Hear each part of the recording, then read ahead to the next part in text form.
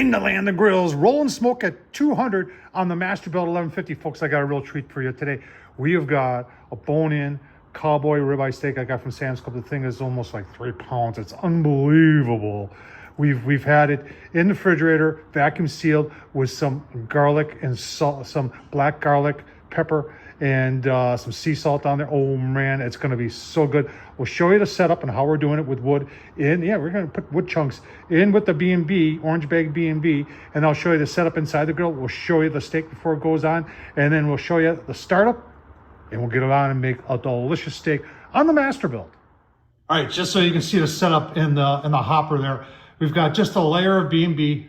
I'm using the orange bag B&B, and then there's 2 chunks of pecan on there. Then I'll cover that in some more B&B. Now, since this is just steak, I mean, it's not just steak, it's a big steak, but still, I'm not gonna overdo it with the wood or the charcoal because this cook shouldn't take that long. All right, so on the inside, we're gonna pull the top rack off.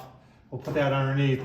We're gonna get our smoke on the middle rack. Now, when we did our puck test, we found out that it was cooler over here as opposed next to the charcoal hopper. So put it on there. We're going to have it at 225. It's going to take that steak up to 110-ish, right in there, pull it, and then we'll fire this up to high, which is 700, and then we'll give it a sear next to the charcoal hopper where we know it's hotter on the cast iron. Oh man, going to be so good. All right, there's the star of the show right there. This is like 2.5 pound bone-in Cowboy Ribeye. I got it from Sam's Club, and I seasoned it up. I was going to do this last weekend. And what I decided not to do it, so I vacuum sealed it, but I seasoned it first. I put some of this all-purpose black garlic seasoning. So it's got black garlic seasoning and coarse sea salt in it. That's it. There is no sugar in it, and because we're going to be searing it, we don't want any sugar in there whatsoever. So this is what's going to go on the Masterbuilt. All right, got a fire starter going in there. We're just about ready to close things down, and we're going to use the app. I've been using these Diamond Strike-A-Fire, and no torch or matches needed.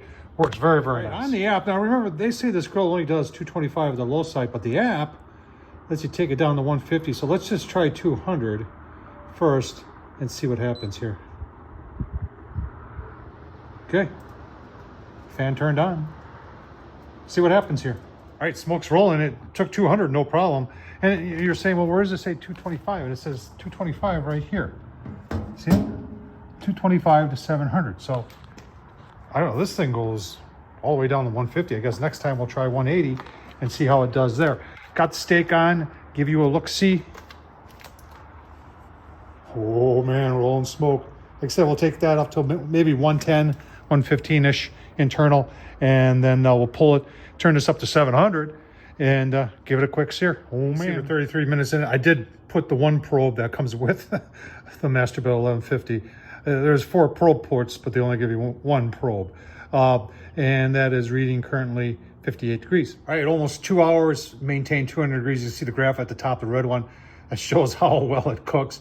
And then the yellow one is the graph for the probe. You can see we're at 107. We're gonna pull 110, 115, somewhere in there. Let's take a quick look at our steak.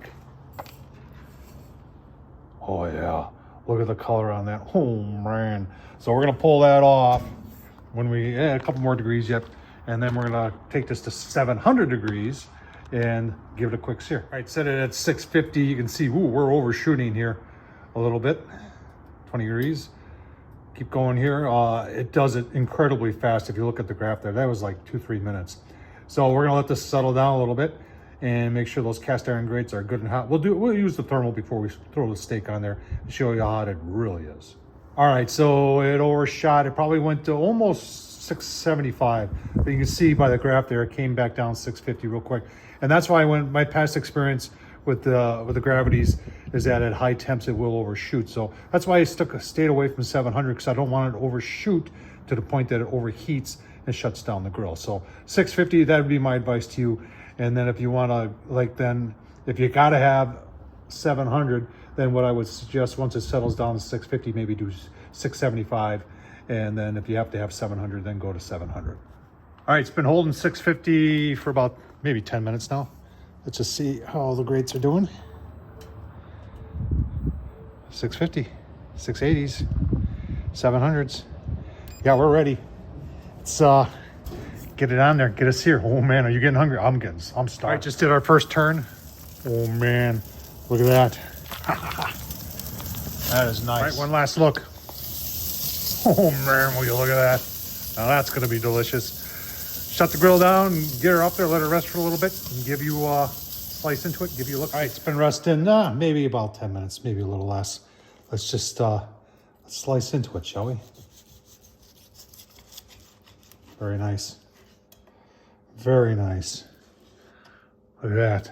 Oh man. You want a taste test? More than welcome. Right out of the center.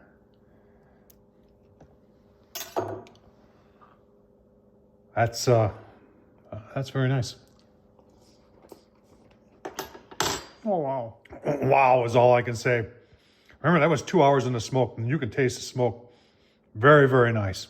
Very nice. And that black garlic seasoning with the sea salt, perfect complement for the Cowboy Ribeye, Cowboy bone-in from Sam's Club. Folks, this is absolutely delicious.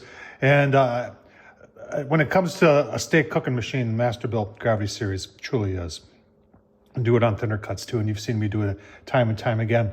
Hope you enjoyed this. Tom Horsman, YouTube, thumbs up, leave a comment. Don't forget to subscribe. And as always, thanks for watching.